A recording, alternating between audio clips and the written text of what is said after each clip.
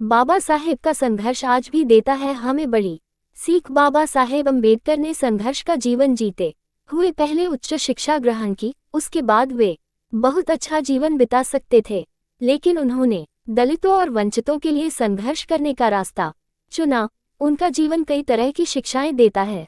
उन्होंने जो भी किया या अपनाया केवल दलितों के उत्थान के लिए ही। डॉक्टर अंबेडकर हमेशा एक स्कॉलर की तरह तो रहे ही, लेकिन उन्होंने दलितों के लिए राजनैतिक सक्रियता जारी रखी। किसी व्यक्ति की महानता इससे तय नहीं होती वह अपने लिए किन ऊंचाइयों को छू पाया, बल्कि महान लोग दूसरे के लिए किस तरह जिए और उनके लिए क्या अपनाया और क्या त्याग, ये सब कुछ उन्हें महान और शिक्षाप्रद बना देता है।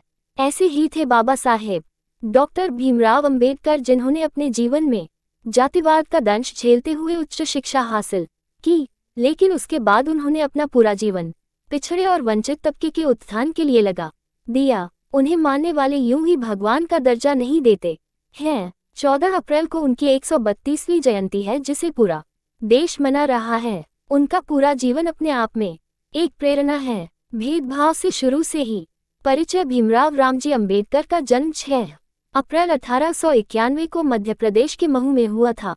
वे रामजी मालोजी सकपाल और भीमाबाई की 14वीं और अंतिम संतान थे। उनका परिवार महाराष्ट्र रत्नागिरी जिले के आंबडवे गांव के रहने वाला मराठी मूल का था। वैसे तो पिता की नौकरी की वजह से बहुत ही गरीब परिवार के नहीं थे, लेकिन अछूत माने जाने वाली हिंदू महार जाति से होने के उन्हें बचपन से ही भेदभाव और सामाजिक प्रतिरोध का सामना करना पड़ा था।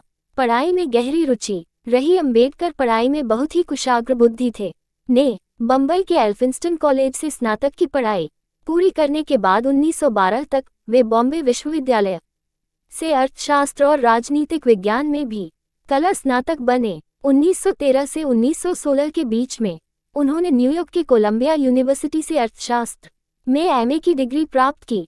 फिर लंदन स्कूल ऑफ इकोनॉमिक्स से उन्होंने अपनी डॉक्टरेट की उपाधि हासिल की। अर्थशास्त्री प्रोफेसर और वकील। शुरुआती करियर में डॉक्टर अंबेडकर एक अर्थशास्त्री प्रोफेसर और वकील थे।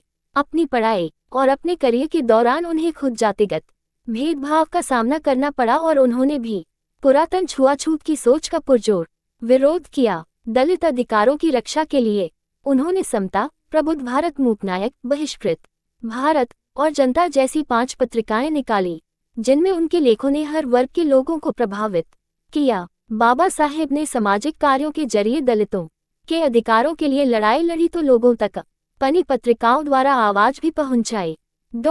साइमन कमीशन में भेजी थी सिफारिश बहुत कम लोग जानते हैं कि 1925 में उन्हें बम्बई प्रेसिडेंसी समिति में सभी यूरोपीय सदस्यों वाले साइमन कमीशन में काम करने के लिए नियुक्त किया गया। इस आयोग में भारत भर में विरोध प्रदर्शन इस आधार पर हुए कि इसमें कोई भारतीय नहीं था, लेकिन डॉक्टर अंबेडकर ने अपनी तरफ से कई संवैधानिक सुधारों के लिए सिफारिशें भेजी थीं।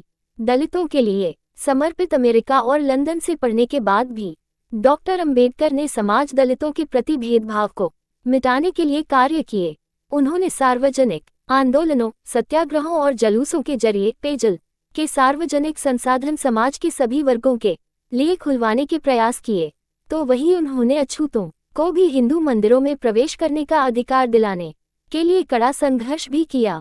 डॉक्टर अंबेडकर ने जीवन भर अपना एक ही लक्ष्य रखा, दलितों का उत्थान। कांग्रेस लेकर गांधी जी तक का विरोध। 1930 में 4 साल की राजनीतिक और सामाजिक सक्रियता के बाद अंबेडकर एक बड़ी हस्ती बन चुके थे।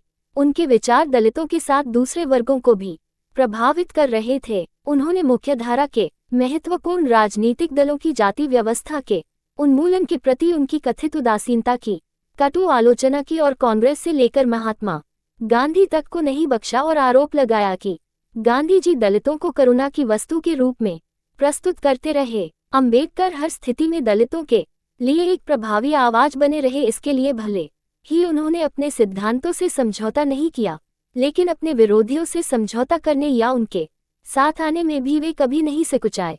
अपने सिद्धांतों के लिए उन्होंने गांधी जी का विरोध किया तो दलितों के लिए ही उनसे समझौता भी किया।